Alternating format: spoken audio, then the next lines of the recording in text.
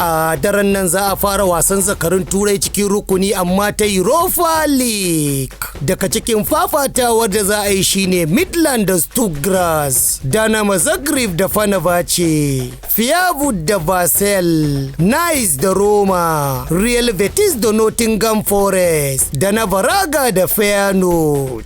Haka kuma a yau ne za a ci gaba da wasanni na uku a Carabao Cup da za a yi karawa hudu. Mai rike da kofin Newcastle United da Bradford, Huddersfield da Manchester City, Tottenham da Doncaster, da na Fortville da Arsenal. To sai dai Gonos ta ci karo da koma baya sakamakon Nunu Maduwake zai yi jinyan mako 6 zuwa mako 8 sakamakon raunin da ya ji a wasan da suka tashi kunnen doki 1-1 da Manchester City a Premier League a ƙarshen mako a Etihad. Kenan idan zai jinya zai kai cikin watan Nuwamba kafin ya koma taka leda. Wasu daga cikin sakamakon Carabao Cup da aka buga a jiyan. Brighton ta yi gaba da Bombshell da sharara mata 6-1. Chelsea ta ci Lincoln da ci 2-1. Wolverhampton Wanderers ta je ta fitar da Everton bayan sharara mata 2-1. Liverpool ma ta kai bantanta da cin Southampton 2-1. A wani labarin kuma, a daren nan za a ci gaba da gumurzu a wasan La Liga a fafatawar mako na 6. Ga tafe da Deportivo Alaves, Atlantico Madrid da Rayo Vallecano, da na Real Sociedad da Mallorca. A jiya ne Real Madrid ta lashe wasa na 6 a jere da fara kakan nan, bayan da ta je ta doke Levante 4-1 ta ci gaba da jan ragamarta a teburin La Ligar da maki 18. Villarreal kuwa 2-1 ta dai ta ci Sevilla, da kunnen doki 1-1 tsakanin Atlantic Club da Girona, da wanda aka tashi 2-2 tsakanin Espanyol da Valencia. Sai a gobe Alhamis ne Barcelona za ta ziyarci Real Oviedo. Karshen labarin wasannin kenan. Bello Saja Audu, labaran Invicta.